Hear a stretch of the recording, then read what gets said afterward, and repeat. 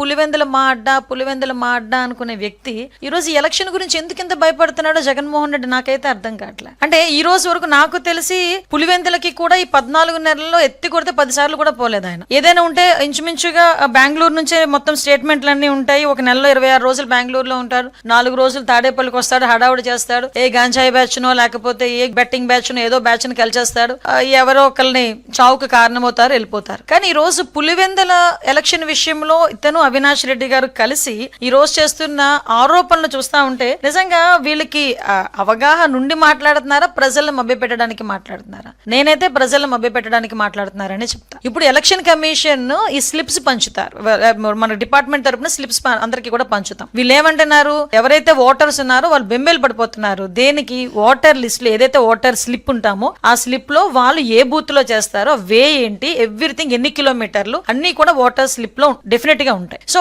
Voter స్లిప్లు పంచడం అయితే నిన్న ఈవినింగ్ కి 95% అయిపోయింది. ఈ రోజుకి 100%, 100% కూడా ఓటర్ స్లిప్స్ డిస్ట్రిబ్యూషన్ అనేది కూడా జరిగిపోయింది. సో ఇందులోని ఎవరు కూడా వాళ్ళని మభ్యపెట్టడానికో ఏదీ లేదు. వీళ్ళు ఏమనుకుంటారంటే, నేను చాలా సందర్భాల్లో చెప్తా ఉంటా, పచ్చకామెరలోకి లోకం అంతా పచ్చగానే కనిపిస్తుంది. వీళ్ళకి దొంగ ఓట్లను తీసుకొని వచ్చేది, లేకపోతే ఓటర్లను మభ్యపెట్టేది, భయపెట్టేది.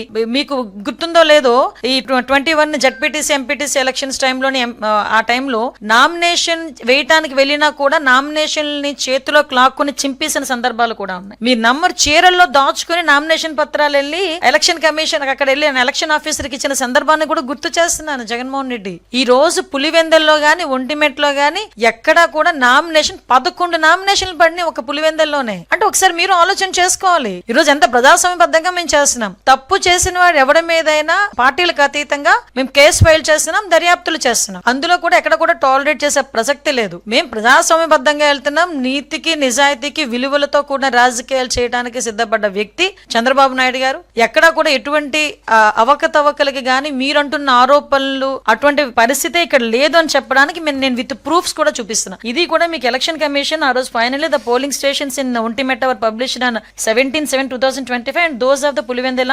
19/7/25. సో మనకి ఎక్కడా కూడా ఈ అబ్జెక్షన్స్ రైజ్ కూడా కాలేదు. సో పోలింగ్ బూత్లు as per election commission guidelines పోలింగ్ బూత్లు కూడా మార్చడం జరిగింది. అది కూడా ఎలక్షన్ కమిషన్ గైడ్ లైన్స్ ప్రకారం ఎలక్షన్ కమిషన్ మార్చమంటేనే.